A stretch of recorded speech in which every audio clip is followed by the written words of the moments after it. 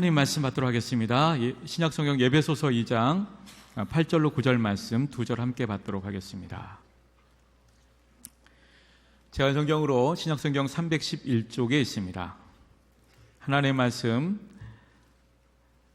에베소서 2장 8절과 9절 말씀 한 목소리로 함께 받도록 하겠습니다. 너희는 그 은혜에 의하여 믿음으로 말미암아 구원을 받았으니 이것은 너희에게서 난 것이 아니요 하나님의 선물이라. 행위에서 난 것이 아니니 이는 누구든지 자랑치 못하게 함이라. 아멘. 이 시간 호산나 찬양대가 하나님께 찬양되신 후에 담임 목사님 나오셔서 세상에서 가장 귀한 선물이라는 제목으로 생명의 말씀 주시겠습니다.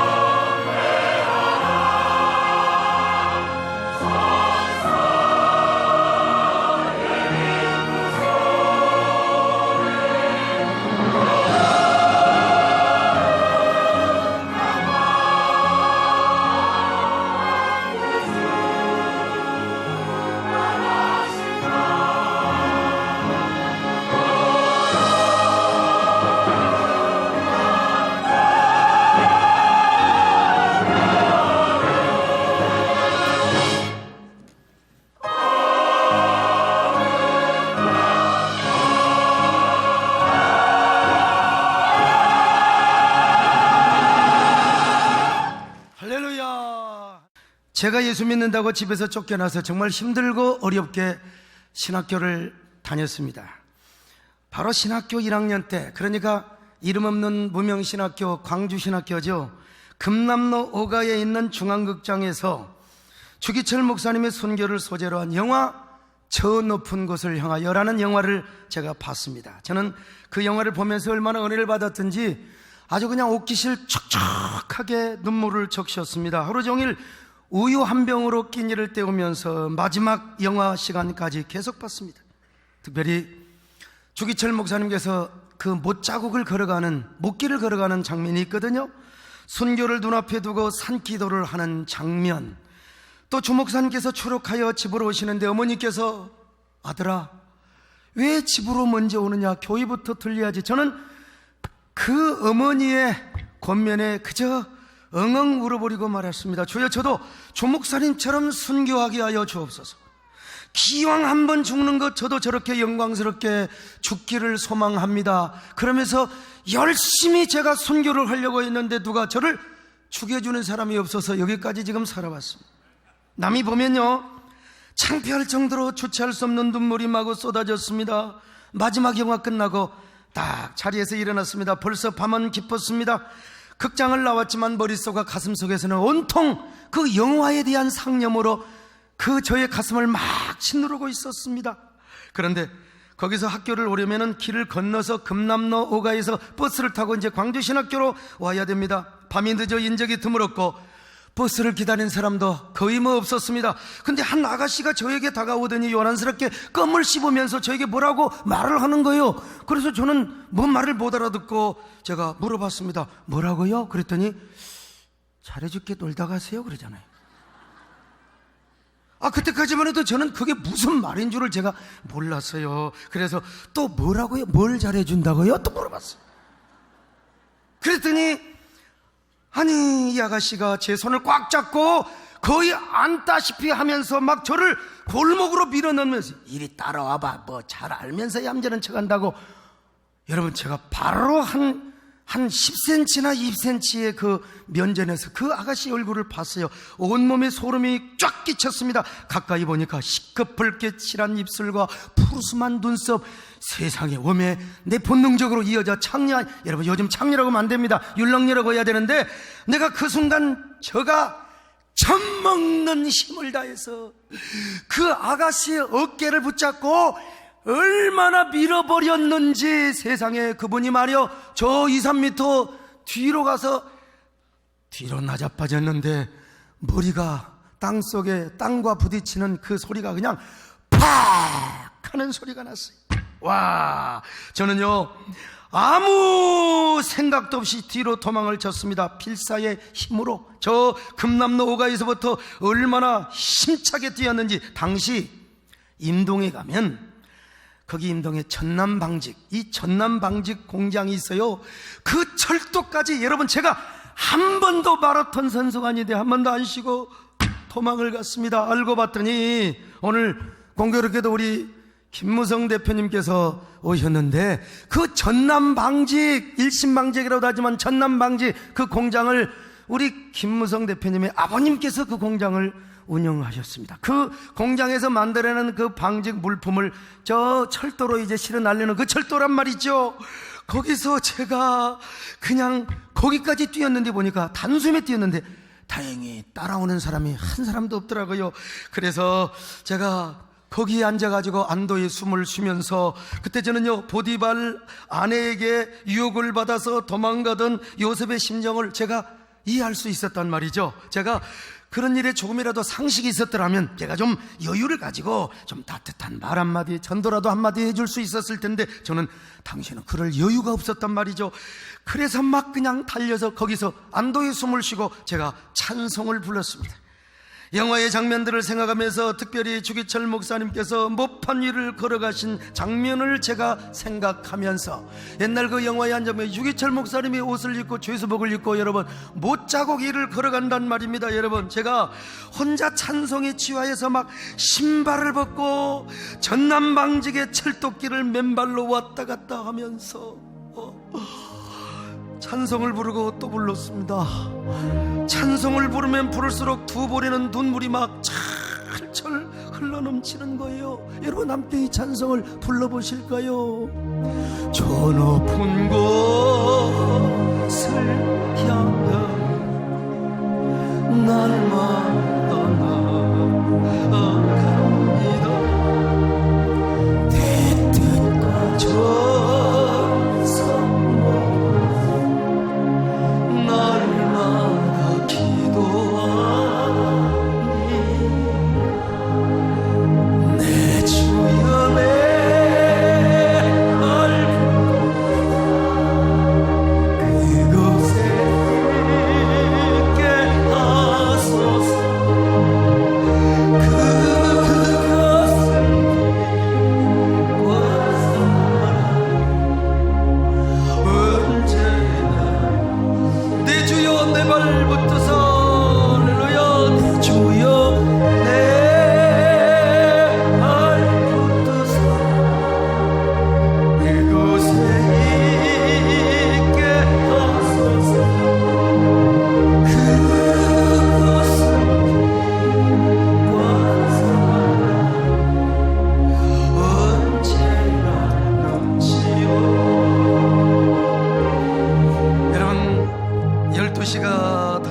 누가 보면 분명히 미친놈이라고 했을 겁니다. 여러분 미치긴 미쳤죠. 아무튼 간에 한참을 그렇게 찬송을 불렀어요. 언제 좀 시간이 나면 우리 김무성 대표님 같이 가서 거기서 저 높은 곳을 향하여, 지금도 철도가 있습니다. 여러분 함께 좀 찬송을 불렀으면 좋겠습니다만, 제가 그때 이런 고백을 했습니다. 하나님, 제 평생 지금 이 마음을 품게 하여 주옵소서. 죽는 그날까지 이 순결한 마음, 때없는 마음, 순백의 마음을 주님 품에 갈 때까지 허락하여 주옵소서. 그런데 제가 때가 좀 많이 묻은 것 같습니다. 기도해 주시길 바랍니다. 그때 제가 한 가지 결심을 하게 되었어요. 나중에 내가 하나님의 은혜로 목회를 성공하면 주기철 이 목사님의 영화를, 지금 보면 여러분 얼마나 촌스럽습니까, 화면이. 그러나 그때는 최대한대로 잘 만든다고 잘 만들었어요. 그래서 내가 영화를 한번 잘 만들어 드리겠습니다, 이런 마음을 제가 먹었어요.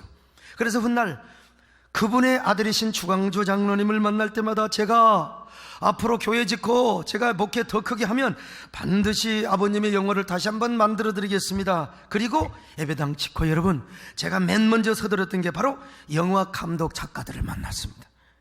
그런데 그때쯤 온누리교회 하영조 목사님께서 이미 주기철 목사님의 영화를 만들려고 준비 중이라는 소식을 제가 들었습니다.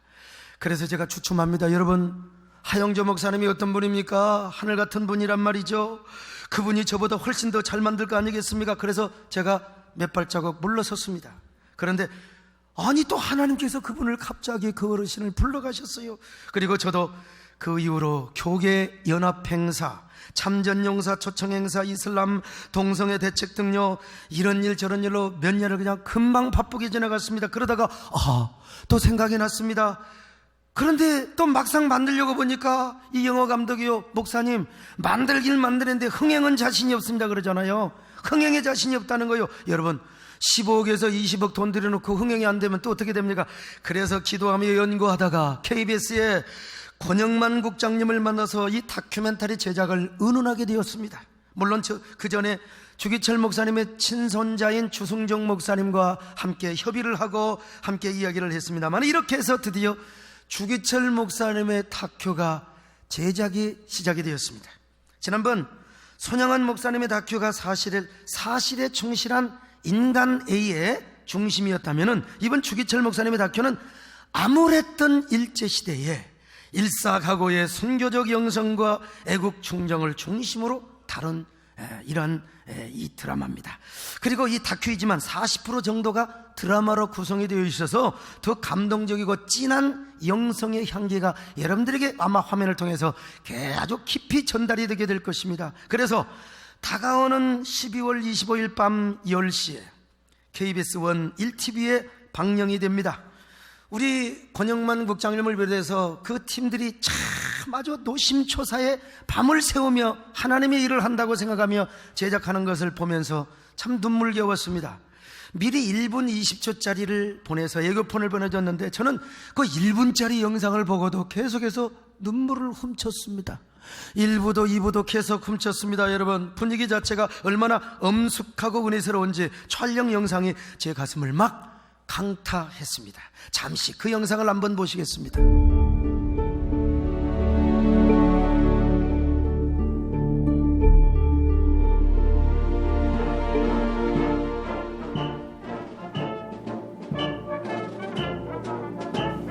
아녀자에게는 정절의 의가 있고 신하에게는 충절의 의가 있으며 믿는 자에게는 신념의 의가 있습니다. 나의 마지막 기도는 내 영혼을 내 주님께 부탁합니다.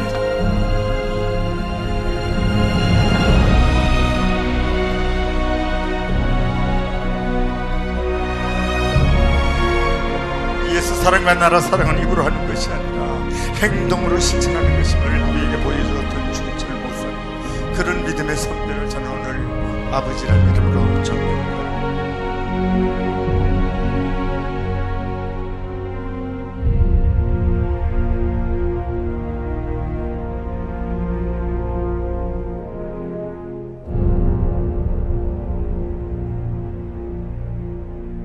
상복을 입고 지금 눈물을 비워도 쏟고 있는 저 아들이 주기철 목사님의 친아들 주강조 장로님입니다. 근데 그분도 이미 하나님 앞에 부름을 받았어요. 저는 저 영상을 볼 때 저의 가난하고 힘들었던 신학생 시절이 생각이 났습니다. 120원짜리 점심 하나 사 먹을 돈이 없어 수돗물로 배를 채우던 시절, 연휴가 되고 명절이 되면 남들은 다 고향으로 가고 집으로 가지만 저는 갈 데가 없어서 집에서 쫓겨나서 무등산 기도원을 배회하며 혼자 광주신학교 기숙사에 남아서 허기진 배를 움켜쥐고 잠들어야 했던 그 시절이 있었습니다. 근데 그때 제가 기도했단 말이요, 하나님 저에게 은혜를 주시면 그 영화를 다시 한번 만들어 드리겠다고 말이죠. 그래서 비록 약속을 했던 주광주 장로님은 돌아가셨지만 하나님의 은혜로 늦게나마 이런 약속을 제가 지킬 수 있게 되었습니다. 저는 이 작품이 좀 더 많이 홍보가 되어서 많은 국민들이 좀 봤으면 좋겠습니다. 교회를 다니지 않는 사람들도 보고요, 와, 이렇게 생각하면 좋겠어요. 옛날 이렇게 나라를 사랑하고 그리고 하나님을 사랑했던 애국자 주기철 목사님이 있었구나.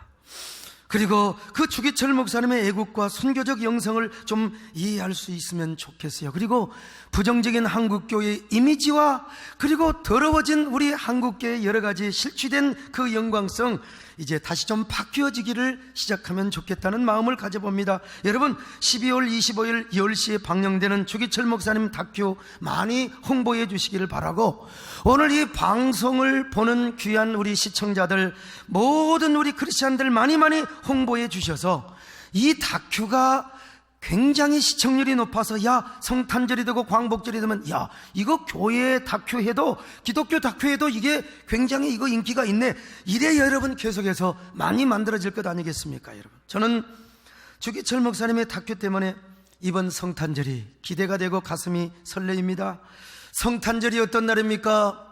예수 그리스도가 오신 날이요. 예수 그리스도가 누굽니까? 하나님의 아들이요, 아니 하나님 자신입니다. 하나님이 사람으로 오신 날입니다. 여러분, 이걸 누가 설명할 수 있단 말입니까? 이런 미스테리, 이런 불가사의, 이런 아이러니와 같은 수수께끼와 같은 하나님의 성탄 사건을 누가 설명해 줄 수 있어요? 저는 제가 존경하는 이어령 교수님이 계십니다. 그분이 이 사랑의 이야기를 설명할 수 있겠습니까? 어느 물리학자, 어느 화학자가 이 하나님의 성탄 사건을 설명할 수 있겠습니까? 그래서 예수님의 제자 가운데 이 하나님의 성탄 사건에 감격해서 평생을 살았던 사람이 있었습니다. 바로 사도 요한입니다. 그는 요한복음 1장에서부터 성육신의 신비를 설명합니다. 하나님이 사람이 되어 오셨다. 그러더니 요한복음 3장에 와서 뭐라고 말씀합니까?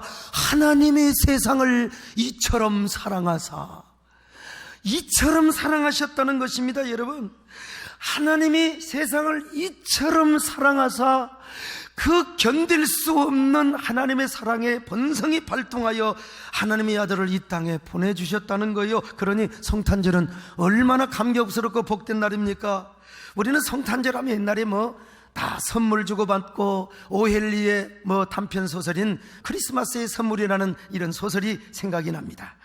그런데 사실은 성탄절은 우리가 선물을 주고받는 날이기 전에 하나님께서 우리에게 귀한 선물을 주신 날입니다. 이 땅에서 가장 귀한 선물을 주신 날입니다. 여러분, 우리에게 이 세상에서 어떤 것과도 바꿀 수 없는 선물을 주시기 위해서 이 땅에 예수 그리스도를 보내셨어요. 자, 그렇다면 하나님은 우리에게 성탄절에 어떤 선물을 주시려고 했는가? 크게 두 가지요. 첫째로 영원한 구원의 선물을 주시기 위하여 하나님의 아들 예수 그리스도를 보내주셨습니다. 모든 인간의 목표는 죄 문제를 해결받고 죽음의 문제를 해결받는 것이 인간의 목표였습니다. 그런데 그래서 이 문제를 해결하기 위하여 수많은 현인들, 성자들, 종교의 교주들이 어떻게 하면 중생들을 구원할 것인가 노력과 얼마나 지혜를 다 짰는지 몰라요. 그래서 그들이 우리의 죄 문제와 그리고 죽음의 문제를 해결하려고 노력했습니다. 여러분, 인간적으로 존경하고 우리가 훌륭한 분으로 정말 추앙해야죠. 그러나 여러분, 분명한 사실은 성경에 의하면 죄 문제와 죽음의 문제는 하나님이 해결을 해야지 인간이 해결을 할 수가 없다는 것입니다. 그것은 우리의 선행과 공덕으로 이루어질 수 없다는 것입니다. 하나님의 은혜와 선물로만 주어지는 거요. 그래서 성경은 이렇게 말씀하고 있습니다. 에베소서 2장 8절로 9절입니다. 시작. 너희는 그 은혜에 의하여 믿음으로 말미암아 구원을 받았으니 이것은 너희에게서 난 것이 아니요 하나님의 선물이라. 행위에서 난 것이 아니니 이는 누구든지 자랑하지 못하게 하려 함이라. 여러분, 사람의 행위로부터 아무리 참선을 하고 수행을 하고 고행을 해도 여기에 죄사함과 여기에 깨달음은 있을지 모르지만 구원이 없다는 겁니다. 그래서 하나님은 모든 인류를 다 구원하시기 위하여 예수님을 이 땅에 중보자로 보내셨습니다. 그리고 모든 우리의 죄를 짊어지고 십자가에 죽게 만들었어요. 따라서 그 예수님을 메시아로 영접하고 유일무이한 중보자를 우리가 구원자로 모실 때에 하나님은 값없이 우리에게 구원의 선물을 주신다는 거예요. 믿기만 하면 예수 그리스도를 믿기만 하면 여러분 공짜로 돈 내지 않고 구원의 선물을 주신다는 것입니다. 이 공짜라는 말은 영어로 프리라고 합니다. 그래서 이 듀티 프리 숍이라고요, 면세점은 프리라고 하는 말을 씁니다. 여기서 값없단 말은 프리라고 할 수 있는데 그렇게 오해하면 안 돼요. 정말 값없다, 성경에서 값없단 말은 프리, 공짜라는 말이 아닙니다. 영어로 구태에 표현한다면은 priceless, 값으로 환산할 수 없는 이러한 어마어마한 선물이라는 것입니다. 오늘 하나님께서 여러분에게 값으로 환산할 수 없는 구원의 선물을 주셨으면 아멘합니다. 그걸 믿으시면 아멘합니다. 인도에서 선교를 했던 선교사님의 간증이요. 인도는 아시다시피 힌두교 문화, 사실 불교도 힌두교에서 파생된 거 아닙니까?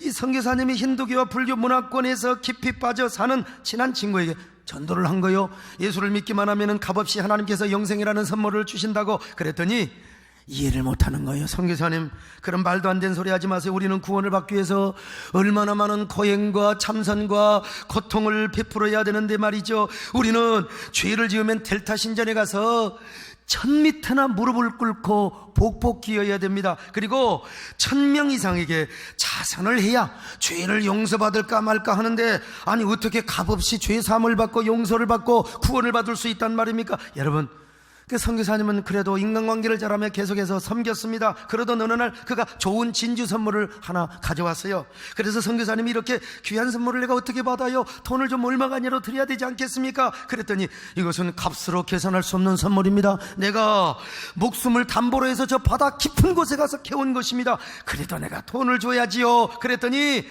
이거 뭐라고 하니 말이야. 돈을 주려고 하면 그것은 나에 대한 모욕입니다. 이건 나에 대한 인격 모독입니다. 여러분, 그때 선교사님의 말꼬리를 잡아서 이야기를 했다고 합니다. 형제여, 값없이 구원의 선물을 받는다고 하는 말이 바로 그 말입니다. 지금 예수 그리스도를 믿으면 값으로 계산할 수 없는 영생의 선물을 주시는 겁니다. 이래서 전도를 했다는 거 아니겠습니까, 여러분? 오늘 이 가운데도 혹시 예수 믿지 않는 분들 계시면은 값없이 주시는 하나님의 선물을, 예수 그리스도를 믿음으로 받을 수 있기를 바랍니다. 그런데 성탄절은요, 하나님께서 우리에게 가장 귀한 선물을 주시기 위하여 바로 하나님의 아들 예수 그리스도를 이 땅에 보내주신 거예요. 그러니 얼마나 감사합니까? 그래서 바로 그 감사하는 마음으로 우리가 성탄절에 교회 와서 성탄 감사 예배를 드리는 거예요. 여러분, 성탄절에는 말이요, 저 어디 뭐 스키 타러 가고 선물 주고 그런 날이 아니라 우리 하나님을 섬기는 사람은 이곳에 와서 동방박사처럼 하나님을 섬기고 아기 예수를 경배하는 날입니다. 할렐루야.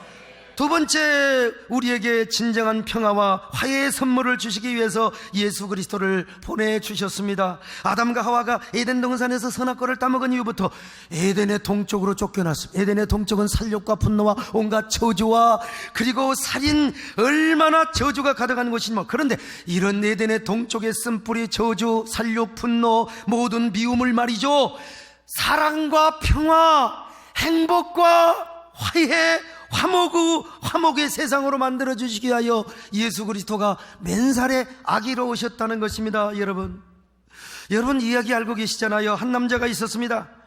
17살 때부터 고깃배를 타며 어부들 밥을 해주는 거예요. 아리온호가, 야, 세상에 남극에 완전히 자초되어 있는 뭐 이 선스타워를 탁 구조한 거, 이거 여러분 성탄 선물이라고 할 수 있잖아요. 자, 이 고깃배를 타며 어부들 밥을 해주는 일을 했는데 온갖 고생을 하며 안 해본 일이 없었습니다. 그러다가 결국 할 일이 없어서 직장도 없고 뭐 힘은 세고 쌈만 자르고 그래서 깡패가 되었습니다. 여러분, 그런데 깡패를 하다가 술집에 가서 술집 여자와 어느 날 잠을 잤는데 이게 덜컥 임신이 돼버렸어요. 아빠는 깡패 건달이고 엄마는 술집 여자니 애를 어떻게 키웁니까? 피임이 별로 발달되지 않아서 아들을 낳습니다. 그래서 그 아들을 낳자마자 고아원에다가 던져버리고 여자가 도망가 버렸어요. 그리고 부모에게 버림을 받은 그 아이는, 고아원에서 자란 그 아이는 미국으로 입양이 되었습니다. 미국으로 입양된 아들은 성장하면서 부모를 증오하며 자라는 거예요. 그냥 말이야, 나는 오발탄이다, 나 같은 놈을 왜 낳아가지고. 청소년 때까지 아버지를 저주하며 이빨을 갈겨 살았어요. 그러던 어느 날 그를 키워준 양아버지가 이렇게 말하는 거야. 아들아, 너 그렇게 부모를 미워하지 말고 너의 부모를 찾아서 너는 예수 그리스도의 사랑으로 부모님을 용서해라.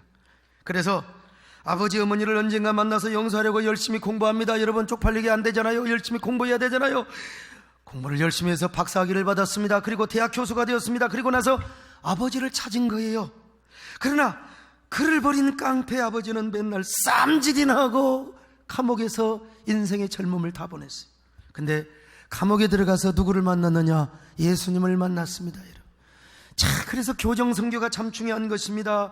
그리고 출소를 해서 그가 바로 신학교를 가서 목사가 되었습니다. 전국 각지를 돌아다니며 교정 선교를 합니다.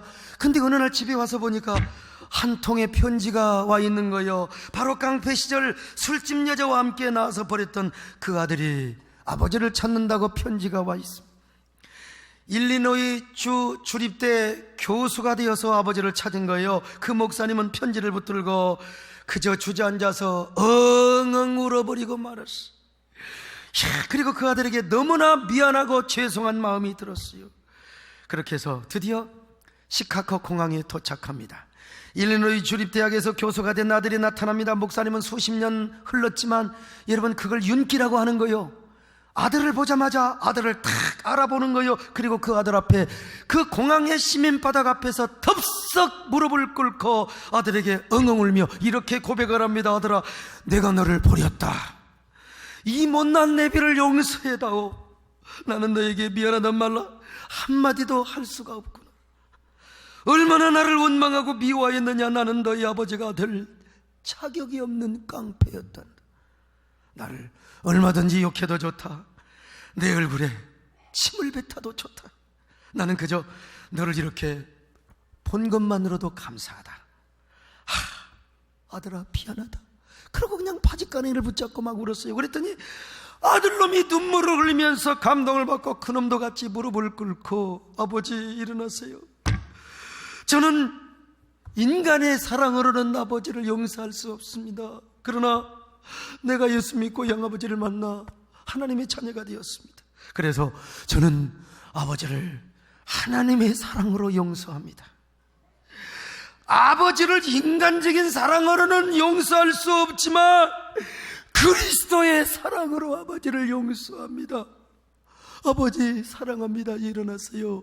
아버지를 일으켜 세우는 거요. 여러분, 그 순간 아들도 아버지와 함께 껴안고 눈물바다를 이루는 거요. 온 지나가는 사람이 다 모여들었습니다. 아버지와 아들은 그렇게 해서 에덴의 동쪽과 같은 분노와 에덴의 동쪽과 같은 살육과 증오가 가득한 이러한 여러분요 미움, 이걸 다 극복하고 사랑과 평화와 화해와 화목의 아름다운 관계를 만들었다는 것이 아닙니까? 그 목사님이 우리 교회 몇 년 전에 와서 간증을 하여 여러분, 우리가 눈물바다를 이루었지 않습니까? 바로 이러한 화해와 평강의 축복이 이 성탄절을 맞이해서 여러분 가정에 임하시기를 바랍니다. 여러분, 이러한 화해를, 이러한 평강의 선물을 주시기 위하여 예수님께서 이 땅에 오셨단 말입니다. 하나님은 성탄절을 통하여 우리에게 이런 화해와 평강의 선물을 주시기를 원하여, 그래서 성경도 이렇게 말씀하고 있지 않습니까? 에베소 2장 14절로 17절 같이 봅니다. 시작. 그는 우리의 화평이신지라. 이는 이 둘로 자기 안에서 한 세 사람을 지어 화평하게 하시고 또 십자가로 이 둘을 한 몸으로 하나님과 화목하게 하려 하심이라. 원수된 것을 십자가로 소멸하시고 또 오셔서 먼데 있는 너희에게 평안을 전하시고 가까운 데 있는 자들에게 평안을 전하셨으니. 여러분, 이러한 평안과 화목을 주시기 위하여 예수 그리스도가 이 땅에 오셨다는 것입니다. 할렐루야. 이런 평화가 우리 교회뿐만 아니라 이 민족에게 임하시기를 바랍니다. 우리 대한민국에 임하시기를 바랍니다. 우리가 이런 얘기를 하면은요, 성 프란시스의 평화의 기도와 노래가 생각이 납니다.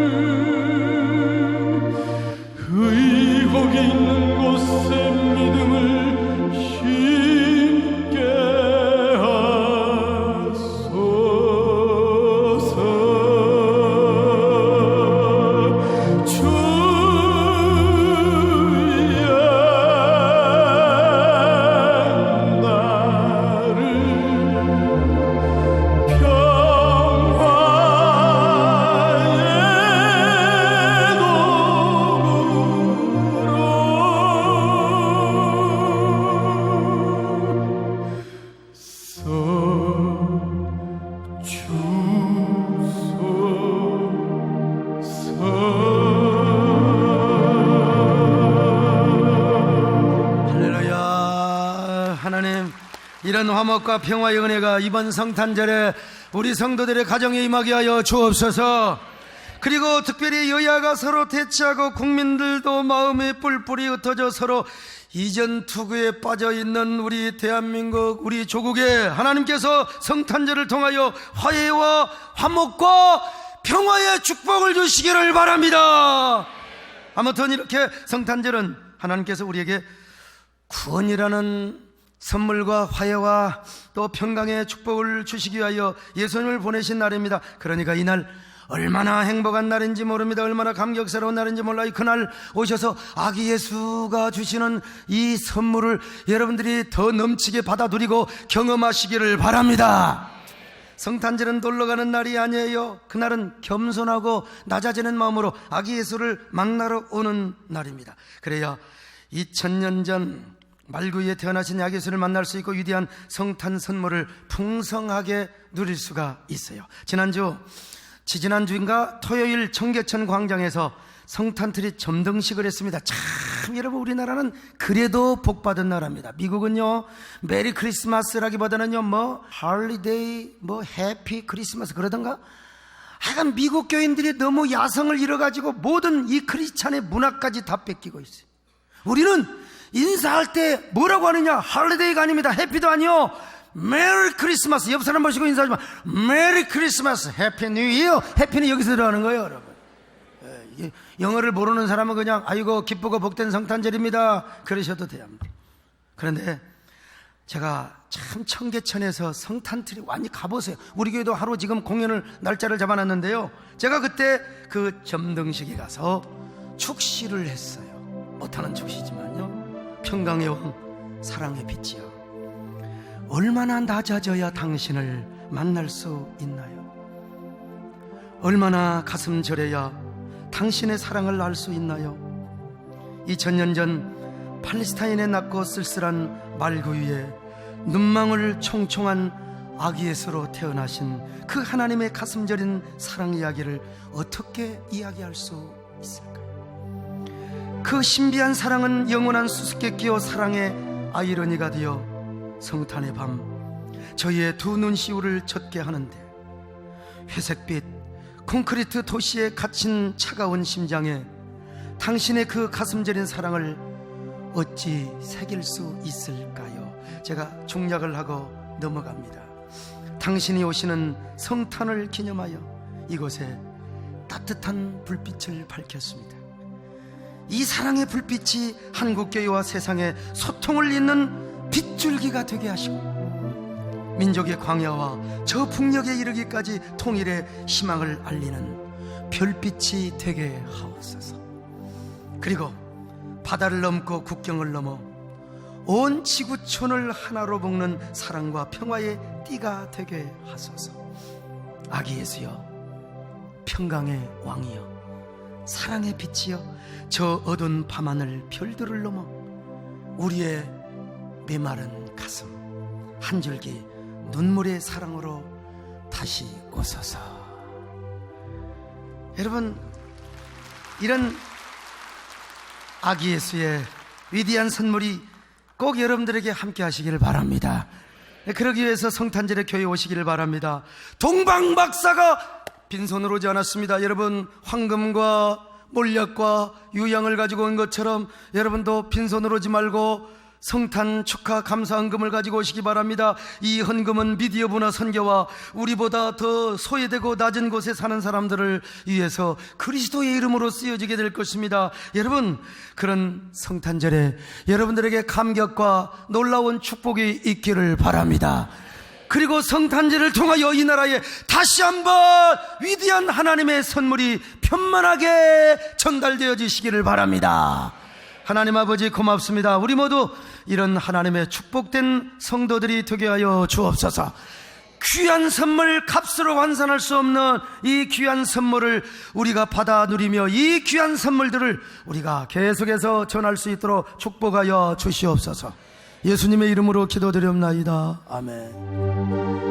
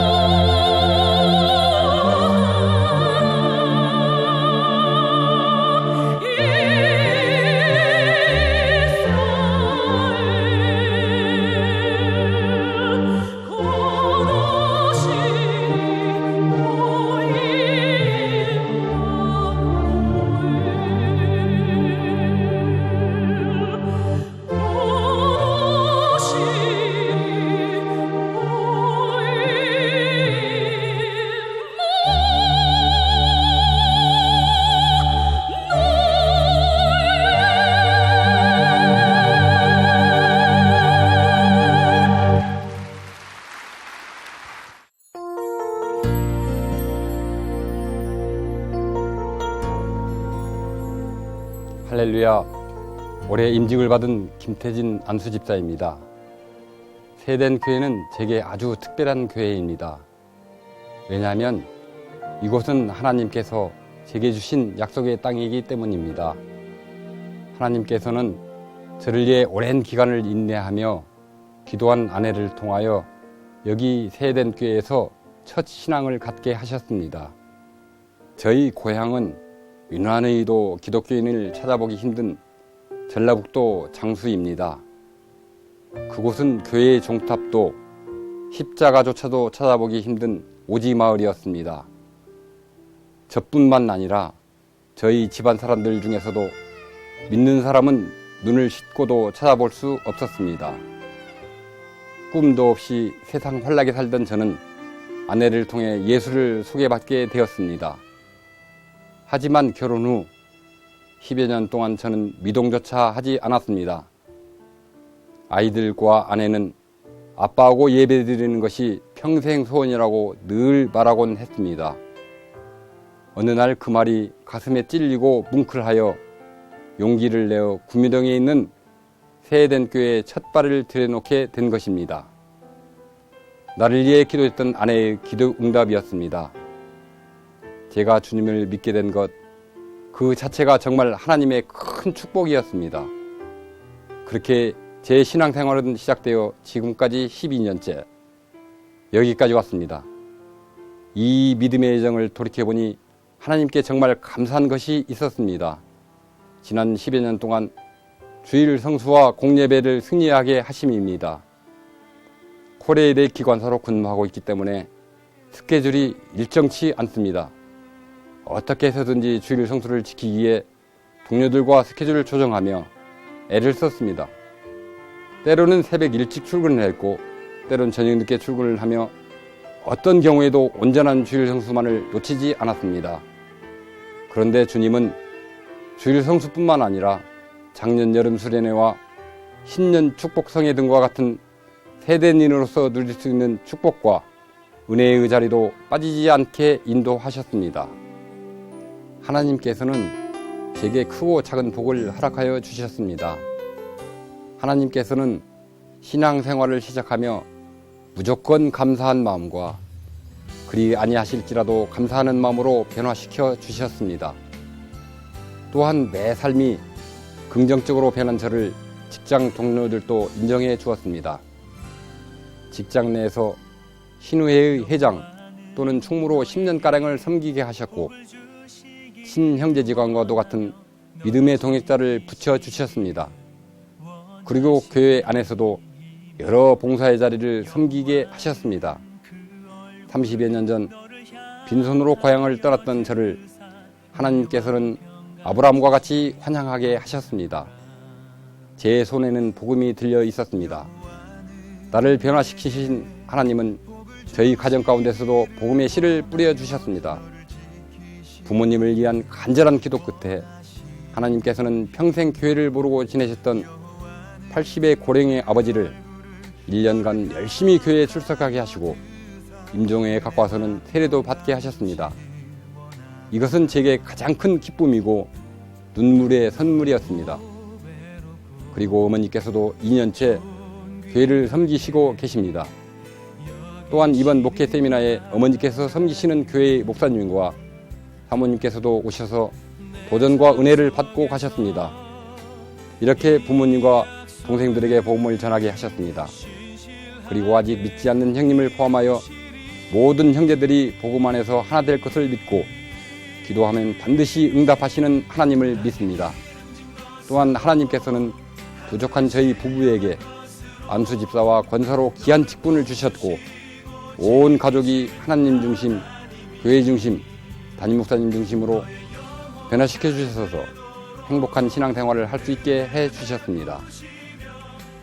다가오는 2016년 새해에는 저희에게 더욱 특별한 해가 될 것임을 기대합니다. 하나님께서 주신 직분에 충실하며 생명의 말씀을 따라 살아가는 저희 가정을 새해 축복 성회의 주제 말씀처럼 하나님의 경영 안에 거하는 가정이 될 것을 믿고 또 기대합니다. 그리고 저희 자녀들이 하나님을 섬기는 것을 본업으로 여기는 믿음의 자녀, 축복의 주인공들이 되게 하실 것을 믿습니다. 부족한 저에게 간증할 수 있는 기회를 주신 담임 목사님께 감사드리며 모든 영광을 하나님께 올려드립니다. 감사합니다.